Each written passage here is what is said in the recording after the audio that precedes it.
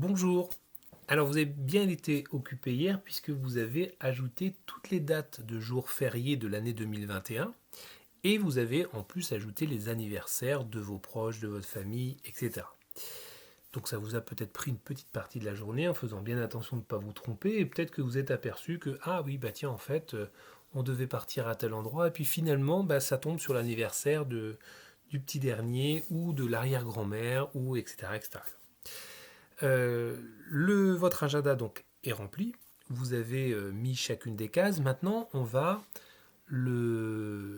l'améliorer en lui donnant son côté beaucoup plus joli en fait, hein, en ajoutant des photos. Alors, je vais vous proposer deux choses. On va ajouter déjà les photos sur les pages blanches que l'on a juste avant chaque mois, c'est-à-dire que lorsque vous aurez votre calendrier ouvert, eh bien, ce sera la photo qui sera au-dessus. Alors, moi, ce que je vous propose, c'est soit vous savez déjà où sont vos photos parce qu'elles sont super bien rangées et vous allez les piocher au fur et à mesure, soit vous avez déjà préparé un dossier dans lequel vous avez mis des photos pour pouvoir aller les chercher directement. Alors moi je vous montre ce que j'ai fait finalement. Donc dans mon dossier images, hein, j'ai créé un dossier images calendrier et j'ai mis 12 photos parmi les photos que vous avez vues régulièrement en fond d'écran derrière mon écran lorsque je vous présentais les vidéos. Voilà. Bon. On peut mettre aussi des photos de famille, évidemment. On peut mettre les photos de ses proches, les photos de vacances, des choses qui vous rappellent l'année passée, etc., etc. Ce que vous voulez, hein, finalement. Alors, on va commencer. On va ouvrir à nouveau notre fichier calendrier. Donc, vous cliquez tout en bas sur l'explorateur de fichiers. Hein, je ne vous le présente plus, c'est le petit dossier jaune qui est en bas. Vous cliquez une fois dessus et vous allez, alors, soit directement aller chercher le dossier calendrier, le fichier pardon, calendrier, soit vous allez sur le dossier document et vous ouvrez le fichier calendrier. Donc il s'ouvre. Alors il y a des chances qu'il se mette à la page sur laquelle vous étiez arrêté. Peut-être que vous étiez sur la page de décembre et que vous avez enregistré à ce moment-là. Donc il se peut qu'il soit resté sur le jour de décembre. Donc à ce moment-là, vous revenez à la toute première page.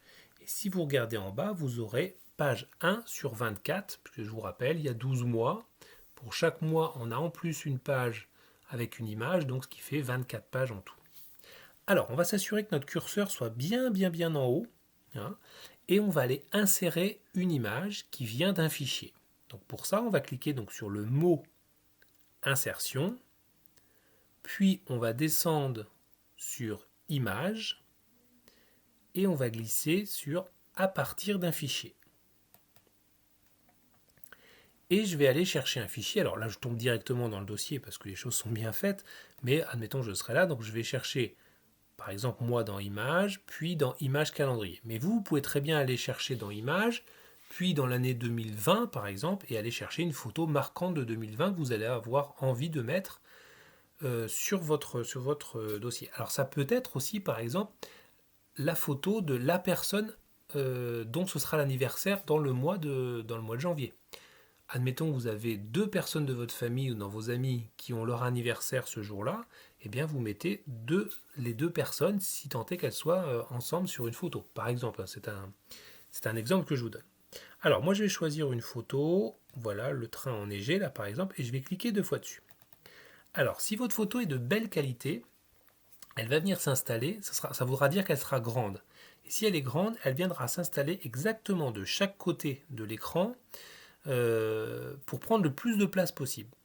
Si elle est plus petite, je vais vous montrer. Hop là. Voilà, je vais vous montrer ce que ça donne. Si par exemple vous avez une photo qui est de cette taille-là, admettons qui vient comme ça, et bien à ce moment-là, il faudra prendre un angle. Prenez surtout un angle parce que vous pourrez comme ça agrandir aussi bien la largeur de la photo que la hauteur. Et si vous voulez que la photo reste proportionnelle, eh bien vous appuierez sur la flèche qui est au-dessus de la touche CTRL. C'est la flèche qui vous sert à vous mettre en majuscule. Vous restez appuyé dessus et là, vous avez vu quand je me déplace, la hauteur et la largeur s'agrandissent autant en fait. Donc je mets jusqu'au bord, je lâche. Vous avez vu la photo se remet au centre et c'est agrandi. Je refais pareil, je clique sur l'angle et j'agrandis. Je continue, j'agrandis, voilà, jusqu'à ce que j'arrive pile au bord en fait. Donc évidemment, si la photo s'est déjà mise au bord, bah, c'est pas la peine de le faire. Hein, c'est déjà mis comme vous voulez. Vous avez possibilité l'ajuster en hauteur. C'est-à-dire que vous cliquez en plein milieu et vous déplacez l'image pour la mettre voilà, plutôt au centre de votre photo. Alors, je préfère vous dire quand même maintenant, si vous mettez des photos qui sont assez grandes et si vous achetez les cartouches chez moi, je vais être très content parce que ce que vous allez imprimer va consommer un peu d'encre quand même. Donc faites un petit peu attention aux photos que vous mettez quand même parce que c'est consommateur d'encre quand même. Hein. Il faut en être conscient. Donc si vous ne voulez pas manger trop de cartouches, vous avez possibilité aussi de mettre des photos plus petites hein, et les mettre au centre. Ce ne sera pas ridicule. Hein. Voilà. Vous avez le choix, bien entendu. Alors, moi, je vais mettre des grandes photos. Donc là, j'ai fait le mois de janvier. Je descends donc maintenant pour le mois de février. Donc, je vous rappelle que la photo sera toujours au-dessus du mois. Quand vous ouvrirez votre calendrier, le mois sera en dessous, la photo sera au-dessus. Donc, je suis juste en dessous de janvier. Donc, pour le mois de février, je clique sur Insertion, une nouvelle fois sur Image, à partir d'un fichier. Et je vais chercher une autre image. Alors, je ne sais pas, moi, par exemple, je vais prendre le train, là, par exemple. Ouvrir. Si l'image est de belle qualité, elle prend toute la largeur d'un coup. Je descends. Alors, les petits traits que vous voyez en bas, là, ou les traits bleus, ne seront pas imprimés, eux. C'est juste des guides, en fait. Je clique en dessous de février et je continue. Insertion, image, à partir du fichier. Et je vais prendre une autre image, tiens, celle-ci, par exemple. Ah, alors cette photo-là, vous avez vu, elle ne prend pas toute la place. Donc, soit je la mets en plein milieu, soit je l'agrandis et je lui fais prendre le plus de place possible, toujours en maintenant enfoncé la touche qu'on appelle Maj, hein, qui permet de se mettre en majuscule. Voilà, et ainsi de suite. Donc là, j'en refais encore un, insertion, image, à partir du fichier. Ça, par exemple, c'est joli. Voilà. Alors, autre chose que vous pouvez faire, vous pouvez très bien mettre une photo d'une personne parce que ça va être son anniversaire. Alors, par exemple, je vais aller au mois d'octobre. Je vais au mois d'octobre et le 17 octobre, c'est l'anniversaire de ma fille. Donc, oui, j'appuie sur une fois sur Entrée. Alors, je vais tester, je n'ai pas encore essayé, on va voir ce que ça donne. Donc, j'appuie une fois sur Entrée, je vais faire Insertion, Image, à partir du fichier.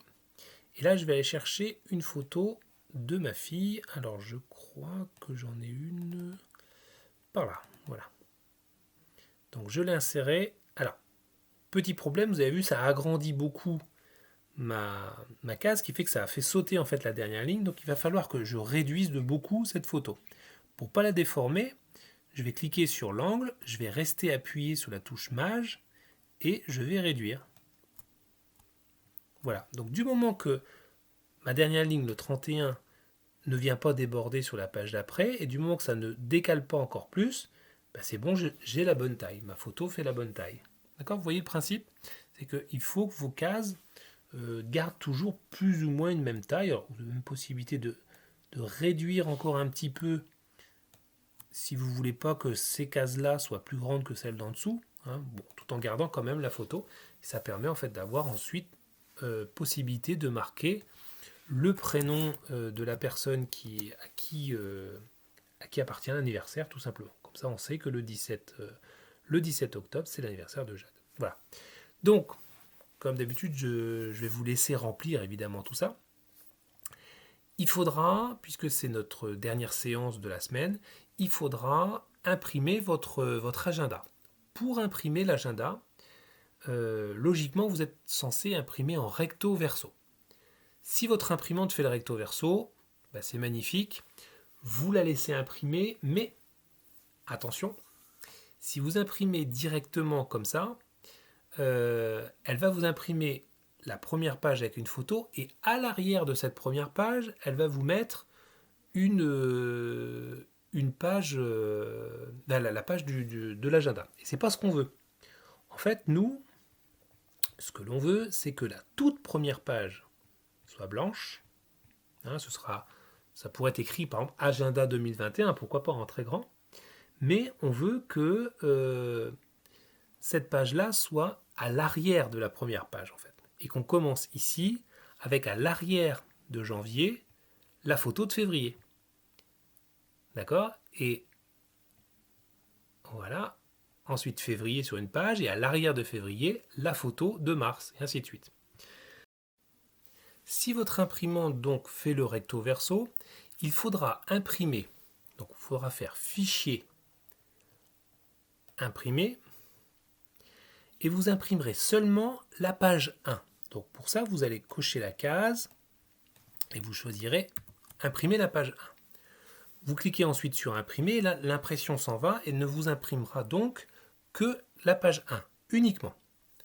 Ensuite, pour toutes les autres pages, c'est-à-dire de la page 2 jusqu'à la page 23, vous allez imprimer en recto verso. Donc pour ça, vous ferez fichier imprimer comme j'ai fait.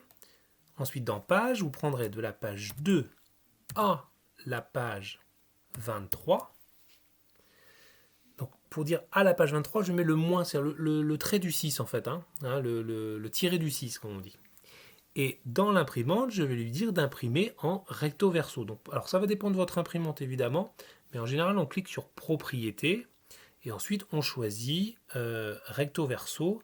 Alors mon imprimante ici va pas forcément le proposer, mais voilà, vous avez très certainement une case. Si, voilà. Donc impression recto verso sur le bord le plus long. Je vous rappelle que nos pages sont en longueur, sur le bord le plus long. Voilà, donc ce sera comme ça en fait, d'accord ? Et donc il va imprimer donc de la page 2 jusqu'à la page 23 en faisant à chaque fois des recto verso. C'est-à-dire la page 2 et à l'arrière la page 3, la page 4 et à l'arrière la page 5, et ainsi de suite. Et enfin, vous imprimerez la page 24 toute seule. Donc la page 24, je vous rappelle, c'est la page de décembre. À l'arrière de cette page-là, il n'y aura rien. Il y aura une page blanche. Ok ? Quand vous avez imprimé tout ça, vous rassemblez le tout. Et puis vous avez possibilité, alors, ou de mettre des spirales si vous avez ce qu'il faut. Il faut voilà, ça parfois dans les papeteries laissent des machines à disposition.